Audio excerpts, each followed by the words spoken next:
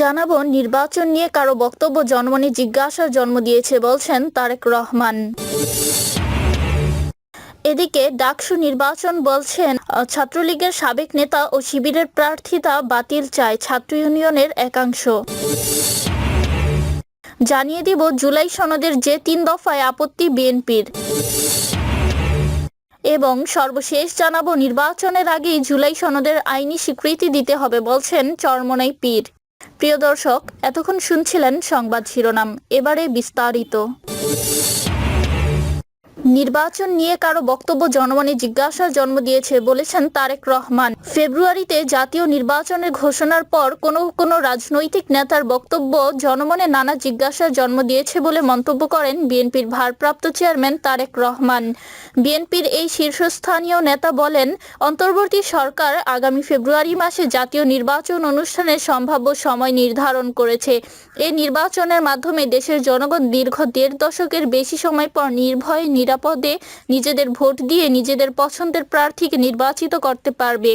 তবে নির্ধারিত সময়ে নির্বাচন অনুষ্ঠান নিয়ে ফ্যাসিবাদ বিরোধী আন্দোলনে রাজপথের যোদ্ধা কোনো রাজনৈতিক দলের বা তাদের সদস্যদের মন্তব্য গণতন্ত্রকামী জনগণের মনে নানা জিজ্ঞাসার জন্ম দিয়েছে।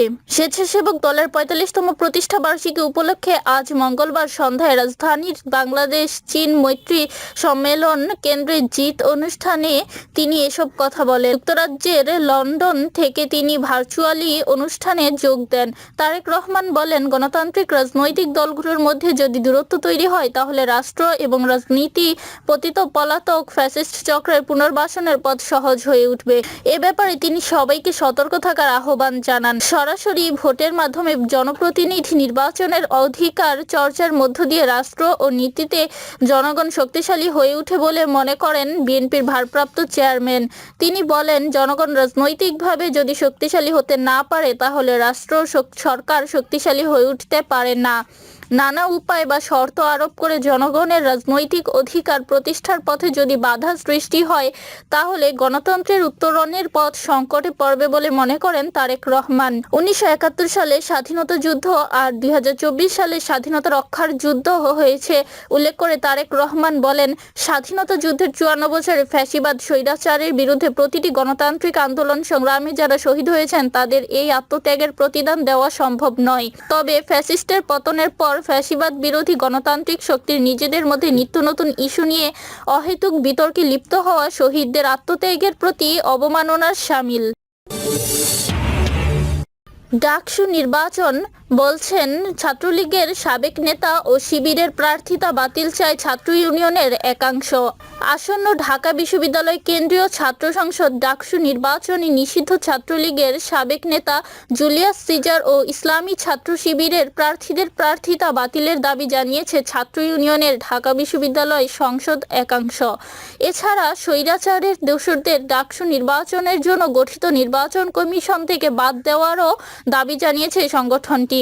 আজ মঙ্গলবার ছাত্র ইউনিয়নের ঢাকা বিশ্ববিদ্যালয় সংসদ একাংশের যুগ্ম আহ্বায়ক মাসুম রানা জয়, সালাউদ্দিন আম্মার নিলয় এক যৌথ বিবৃতিতে এই দাবি জানিয়েছেন। বিবৃতিতে বলা হয়, যুদ্ধাপরাধী, গণহত্যার দোষর, সন্ত্রাসী সংগঠনের সঙ্গে সম্পর্কিত ও নিপীড়কদের ডাকসু ও হল সংসদ নির্বাচনে প্রার্থী হওয়ার সুযোগ দেওয়া হয়েছে। প্রশাসন থেকে যখন গঠনতন্ত্র সংশোধনী চাওয়া হয়েছিল তখন থেকেই সন্ত্রাসী সংগঠনের সঙ্গে সম্পর্কিত নিপীড়নের প্রার্থী হওয়ার সুযোগ দেওয়া যাবে না। কিন্তু দেখা গেছে সলিমুল্লাহ মুসলিম হল ছাত্রলীগের সাবেক যুগ্ম সাধারণ সম্পাদক জুলিয়াস সিজার প্রথম দিনেই মনোনয়ন পত্র সংগ্রহ করেছেন। বিতর্কের মুখে প্রার্থিতা বাতিলের ঘোষণা দেওয়া হলেও পরবর্তী সময়ে তা পুনর্বহাল করেছেন। আমরা অবিলম্বে জুলিয়াস সিজারের প্রার্থিতা বাতিলের দাবি জানাই। ছাত্র শিবিরের প্রার্থিতা বাতিলের দাবি জানিয়ে বিবৃতিতে বলা হয়, ডাকসু গণতন্ত্রে উল্লেখ আছে এই সংসদ মুক্তিযুদ্ধের চেতনায় পরিচালিত হবে। মুক্তিযুদ্ধের বিরোধিতাকারী যুদ্ধাপরাধী গণহত্যার দোষর ইসলামী ছাত্র সংঘের সরাসরি উত্তরাধিকার ইসলামী ছাত্র শিবির ডাকসুতে নির্বাচন করার সুযোগ পাওয়ার কথা না। তারপরও ইসলামী ছাত্র শিবিরের প্রতি বর্তমান বিশ্ববিদ্যালয় প্রশাসনের এক ধরনের পক্ষপাত লক্ষ্য করা গেছে। পরিবেশ পরিষদের সিদ্ধান্তকে বুড়ো আঙুল দেখিয়ে বিশ্ববিদ্যালয় প্রশাসন বারবার ইসলামী ছাত্র শিবিরকে বিশ্ববিদ্যালয়ের রাজনৈতিক কার্যক্রম পরিচালনা করার সুযোগ করে দিয়েছে। যুদ্ধাপরাধী গণহত্যার দোষর সন্ত্রাসী সংগঠনের ডাকসু নির্বাচনে অংশগ্রহণ করার নৈতিক অধিকার নেই। আমরা ইসলামী ছাত্র শিবিরের প্রার্থীদেরও প্রার্থিতা বাতিলের দাবি জানাই। জুলাই সনদের যে 3 দফায় আপত্তি বিএনপির।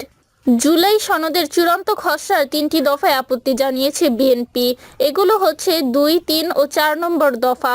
সনদের চূড়ান্ত খসড়ায় বেশ কিছু অসামঞ্জস্য চোখে পড়েছে দলটির নীতি নির্ধারকদের। এসব পুঙ্খানুপুঙ্খ বিচার বিশ্লেষণ করে দেখার জন্য দলের 3 সদস্যকে দায়িত্ব দেওয়া হয়েছে। তারা জুলাই সনদের চূড়ান্ত খসড়া পর্যালোচনা করে ঐকমত্য কমিশনে মতামত জানাবেন। এ নিয়ে সোমবার রাতে বিএনপির স্থায়ী কমিটির বৈঠকে বিস্তারিত আলোচনা হয়। আলোচনা শেষে বলা হয়, সরকার ঘোষিত সময়ে জাতীয় নির্বাচন নিয়ে সংশয় দেখছে না বিএনপি। তবে নির্বাচনের প্রতিবন্ধকতা সৃষ্টি করতে দেশি বিদেশি শক্তির ষড়যন্ত্র চলছে। নির্বাচনের স্বার্থে সরকারকে সব ধরনের সহযোগিতা করতে চান তারা। এরই ধারাবাহিকতায় জুলাই সনদেও স্বাক্ষরে আগ্রহী দলের শীর্ষ নেতারা। গুলশানে চেয়ারপারসনের রাজনৈতিক কার্যালয়ে অনুষ্ঠিত বৈঠকে দলের ভারপ্রাপ্ত চেয়ারম্যান তারেক রহমান লন্ডন থেকে ভার্চুয়ালি যুক্ত হয়ে সভাপতিত্ব করেন। রাত 8:30টায় শুরু হয়ে চলে 11টা পর্যন্ত। এ সময় উপস্থিত ছিলেন স্থায়ী কমিটির সদস্য barrister Jamir Uddin Sarkar, doctor Khandaker Mosharraf Hossain virtually, Mirza Abbas, Gayeshwar Chandra Roy, doctor Abdul Moyeen Khan, Mirza Fakhrul Islam Alamgir virtually, Amir Khasru, Mahmud Chowdhury virtually, Salahuddin Ahmed, Begum Selima Rahman, major অব হাফিজ উদ্দিন আহমদ বীর বিক্রম ও ডক্টর এজেড.এম. জাহিদ হোসেন। বৈঠক সূত্র জানায়, 28 পৃষ্ঠার এই খসড়া পুঙ্খানুপুঙ্খ বিচার বিশ্লেষণ করতে দলের জাতীয় স্থায়ী কমিটির সদস্য সালাহুদ্দিন আহমদ সহ 3 নেতাকে দায়িত্ব দেওয়া হয়েছে। ইতোমধ্যে দায়িত্বপ্রাপ্ত নেতারা এ নিয়ে কাজও শুরু করেছেন। বৈঠকে নেতাদের পর্যালোচনায় উঠে আসে সনদ বাস্তবায়নের অঙ্গীকারনামায় জুলাই সনদকে সংবিধানের উপরে স্থান দেওয়া হয়েছে। ঐকমত্য কমিশনের ধারাবাহিক বৈঠকে আলোচনা হয়নি এমন কিছু বিষয়ও এতে রাখা হয়েছে। এছাড়া কিছু বিষয় সঠিকভাবে উপস্থাপন করা হয়নি। এ সময় বলা হয়, আগামী সংসদ গঠনের 2 বছরের মধ্যে সংবিধান সংক্রান্ত সংশোধনী পাশ করার কথা প্রথমে বলা হলেও চূড়ান্ত খসড়ায় তা নেই। নির্বাচনের আগেই জুলাই সনদের আইনি স্বীকৃতি দিতে হবে বলছেন চরমোনাই পীর। নির্বাচনের আগেই জুলাই সনদের আইনি স্বীকৃতি দিতে হবে। সংস্কার না করে আগের নিয়মে নির্বাচন হতে পারে না, এমন মন্তব্য করেছেন ইসলামী আন্দোলনের আমির ও চরমোনাই পীর মুফতি সৈয়দ মোহাম্মদ রেজাউল করিম। বৈঠক সূত্র জানায়, 28 পৃষ্ঠার এই খসড়া পুঙ্খানুপুঙ্খ বিচার বিশ্লেষণ করতে দলের জাতীয় স্থায়ী কমিটির সদস্য সালাহুদ্দিন আহমেদ সহ 3 নেতাকে দায়িত্ব দেওয়া হয়েছে। ইতোমধ্যে দায়িত্বপ্রাপ্ত নেতারা এ নিয়ে কাজও শুরু করেছেন। বৈঠকে নেতাদের পর্যালোচনায় উঠে আসে সনদ বাস্তবায়নের অঙ্গীকারনামায় জুলাই সনদকে সংবিধানের উপরে স্থান দেওয়া হয়েছে। ঐকমত্য কমিশনের ধারাবাহিক বৈঠকে আলোচনা হয়নি এমন কিছু বিষয়ও এতে রাখা হয়েছে। এছাড়া কিছু বিষয় সঠিকভাবে উপস্থাপন করা হয়নি। এ সময় বলা হয়, আগামী সংসদ গঠনের 2 বছরের মধ্যে সংবিধান সংক্রান্ত সংশোধনী পাশ করার কথা প্রথমে বলা হলেও চূড়ান্ত খসড়ায় তা নেই। সূত্র মতে, জুলাই সনদের পূর্ণাঙ্গ খসড়া নিয়ে সামগ্রিকভাবে খুব বেশি আপত্তি নেই বিএনপির। তবে জুলাই সনদে উত্থাপিত 84 দফার মধ্যে যেগুলোই সব রাজনৈতিক দল একমত হয়েছে সেসবের বাস্তবায়ন কিভাবে হবে, যেসব বিষয়ে নোট অব ডিসেন্ট এসেছে সেগুলোর সুরাহা কিভাবে হবে এবং সংবিধান সংস্কার বিষয়ক যেসব কথা এসেছে এর বাস্তবায়ন কিভাবে হবে, এসবের নিষ্পত্তি জরুরি। নোট অব ডিসেন্ট প্রসঙ্গও পর্যালোচনায় উঠে আসে। এ সময় বলা হয়, শুধু বিএনপি নয়, বিভিন্ন রাজনৈতিক দল কিছু বিষয়ে ভিন্নমত দিয়েছে। নারী আসন নিয়ে বিএনপির প্রস্তাব ছিল 300 আসনে আসনের মধ্যে অন্তত 5% আসনে নারীদের মনোনয়ন দেওয়া, যেখানে তারা সরাসরি ভোটের নির্বাচনে অংশ নেবেন। কিন্তু অন্য দলগুলো এ প্রস্তাবে দ্বিমত করেছে। এছাড়া সংবিধানের অনুচ্ছেদ 70-এর সংস্কার প্রসঙ্গে বিএনপি 4টি ক্ষেত্র যুক্ত করতে চেয়েছে, যার নিয়েও মতবিরোধ রয়েছে। বিএনপি যেসব মৌলিক প্রস্তাবে নোট অব ডিসেন্ট দিয়েছে সেগুলোর সার দিতে চায় না। এখানে বিএনপি আগের অবস্থানেই থাকতে চায়। এর মধ্যে প্রধানমন্ত্রী পদে আসীন ব্যক্তি একই সঙ্গে দলীয় প্রধানের পদে অধিষ্ঠিত থাকবেন না। নিম্নকক্ষের নির্বাচনে প্রাপ্ত ভোটের সংখ্যানুপাতিক প্রতিনিধিত্ব পিআর পদ্ধতিতে উচ্চকক্ষের 100 জন সদস্য নির্বাচিত হবেন, এসব অন্যতম। এই ছিল এখনকার সর্বশেষ সংবাদ।